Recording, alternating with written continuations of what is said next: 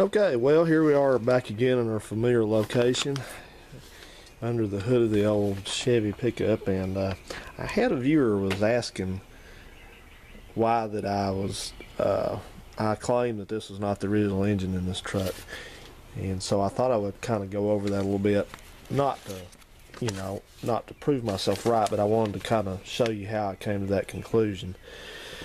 Small block Chevys are pretty easy to figure out what they are. They've got some different places where you find numbers. At the very back, we have to get way back there behind the driver's side cylinder head on the ledge on the block back there. There's a casting number which is cast into it. It tells you what the block is. But I've already put this alternator back on, but back behind this alternator you can kind of peek in there. There's a flat pad, and it has a couple different stampings in it. And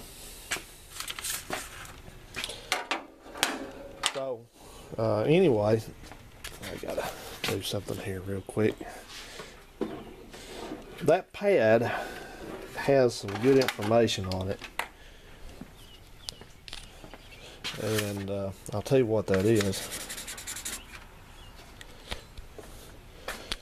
Anyway, what you find on that pad, you find a couple different stamp numbers, a series of stamp numbers and letters on it, and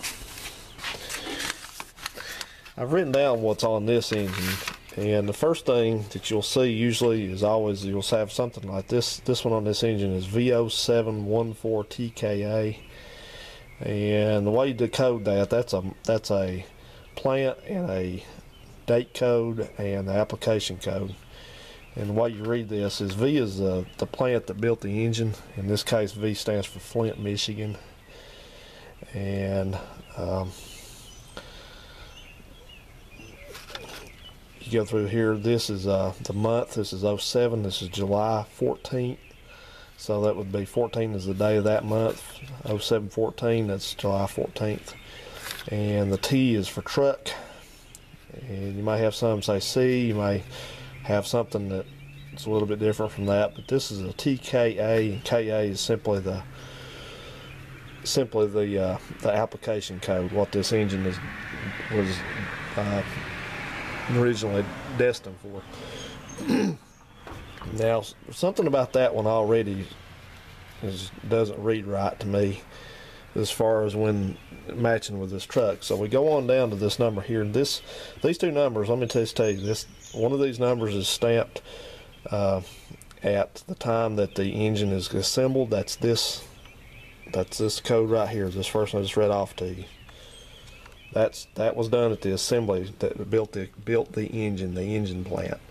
Okay, this next code is stamped in also with a die set at a different. This is stamped where the vehicle is actually assembled.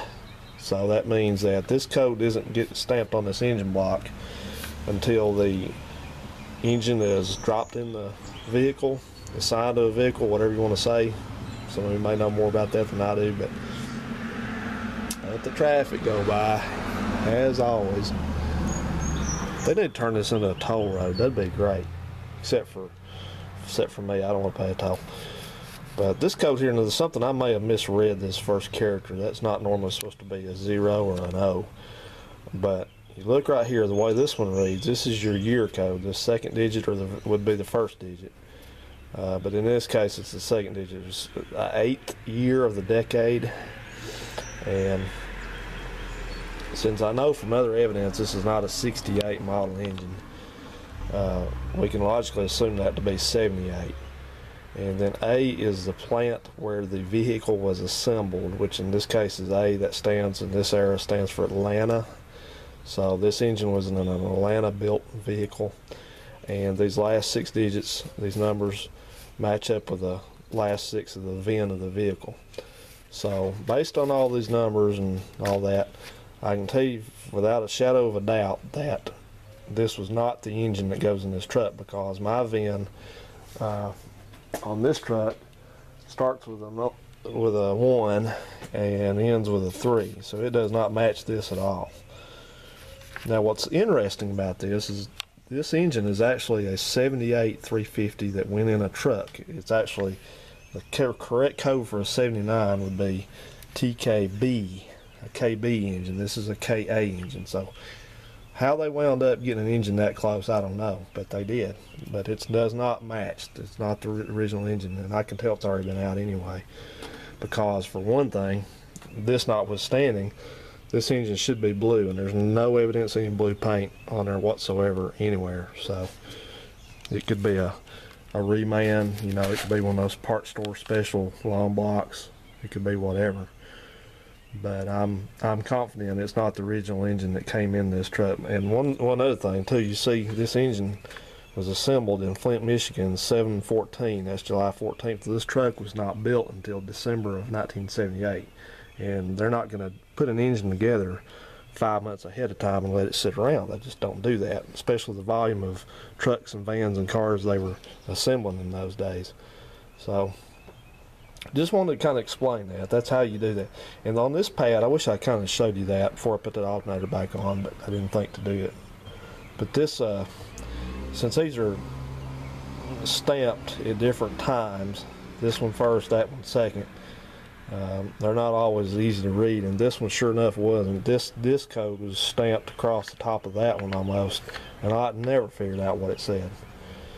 I tried about four different combinations of letters. I had the KA and I couldn't figure out this one, so I rubbed and cleaned, and so I got it worked out, so I know that's what it is. But that's how you figure it out, guys. If you have one of these 350s or any small block, that's an easy way to tell what you got, because the casting number back there won't always tell you. It'll tell you the displacement, you know, it'll tell you it's a 350 or a 400 or a 305 or a 262 or a 267 or 283, whatever, you know, on and on and on. But these codes behind the alternator, they narrow this down specifically down to the very vehicle. So this vehicle, whatever it was in some 78.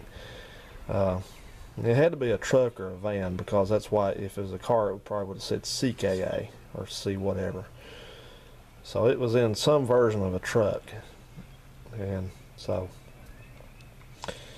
and they had a couple also, just of note, not trying to confuse you further, but they had a couple different engines in these model years. They had the engine that went in a light duty, which was called a LS9, and I know that sounds like that's real high performance, but it ain't. That's about a 170 horse engine. That's what this one is. And then they had one that was called a LT9, and it had about 5 less horsepower and a little bit different cam and maybe a little bit different compression. It was more of a heavy duty, something you'd find in like a, you know, maybe a dump truck or some heavier, you know, a 30 series chassis or something like that. So that'll give you some information to go on these. So that'll maybe explain how I came to that determination. Because if this, like I said, if this is the original engine block in this truck, the last 6 digits of that stamping should have matched what's on the truck, and they don't. So hope that kind of clears that up. And I just wanted to, I'll do another video more in depth here after a while, maybe tomorrow when I have more light. But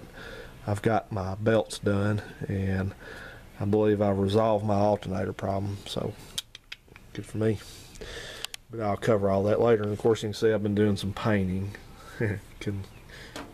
Could not do that. So anyway, guys, thanks for watching. Have a good one.